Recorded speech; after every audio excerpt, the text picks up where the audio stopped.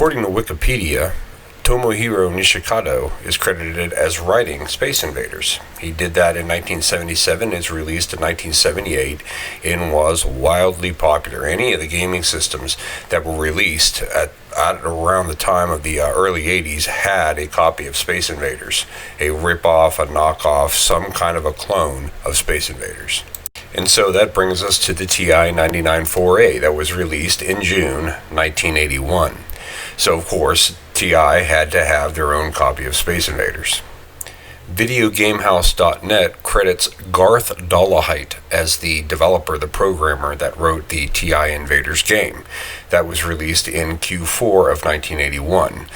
It has this guy, I had this image in my mind of Garth sitting down when they were going to release the console, and somebody comes walking into his office from the TI exec committee and says, "Okay, we're releasing a console in a couple months. We need a Space Invaders ripoff. Get to work." And of course, Garth would then go about writing the game. You might recall from the end of our last video that we finally got the TI 99-4A up and running. We were able to find a monitor that works, a cable that works, and we were also able to plug in our magical and mysterious TI Invaders cartridge to find out what was on it. And to the surprise of exactly nobody, it was a clone knockoff of the Space Invaders game. Space Invaders was written in 1978, and it was wildly popular. Any gaming system that was released anywhere near that time had a copy of a Space Invaders game. Now, you can imagine that any game that was written back then probably had quite a few things that they could invent, they could do. Video games were still new, and apparently Space Invaders was credited as coming up with the idea of a high score. And so when Garth put his version of it together, there's a couple of cool kind of innovations that he put into TI Invaders that were not part of the original Space Invaders. One of the things that he did that was interesting was the aliens evolve. In the old Space Invaders, the aliens, it was wave after wave of aliens, but they were always the same, and they were always configured the same way. In TI Invaders, what would happen is, as the new aliens would come in, they would essentially, the grid of aliens would shift down, and you would get a new row of aliens at the top. Those aliens, the latest generation, would be smaller, faster, harder to hit, and the game would of course get more difficult. As with most games in the 80s, there was no way to win. You just played the game until you ran out of lives. The game got harder and faster until you lost all of your chances. So let's take a look at the game. Let's crack it open. Let's see if we can see how these enemies evolve. Check out the other innovations that Garth put into TI Invaders.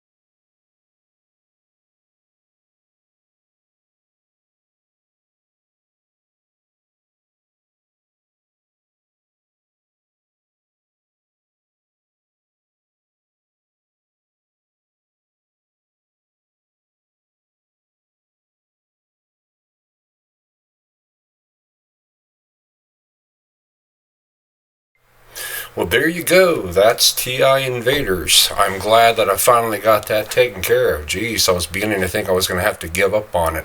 All that effort just to get through 2 screens. Does that make TI Invaders the hardest Space Invaders clone? I don't know. Because, like I said, I wasn't a big Space Invaders player.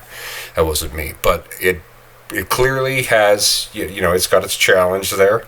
Or that, or I'm just not the video game player I once was. Maybe the hand-eye coordination has kind of fallen off there since my heyday. But still, it's worthwhile doing, right? Interesting game, and I hope you got a lot out of it. Now, Miller time or something. In the old days, when you had one of these machines, you had to make the most of what you had. You didn't have the internet. You couldn't connect it to it and just go find things to play, go find things to do, download other things. And so if you had a TI Invaders cartridge and that's all you had, well, you played it. You got the most out of it. Now that we've played our TI Invaders cartridge and we've accomplished something there, the next step will be to get this machine, this TI 994A, on the internet. Please keep an eye out for more videos coming up on the channel. Like them if you like them, share them. That will help me in this fledgling effort of this new channel.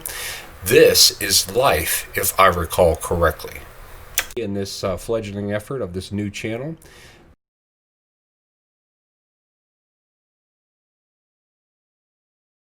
In this fledgling effort of this new channel.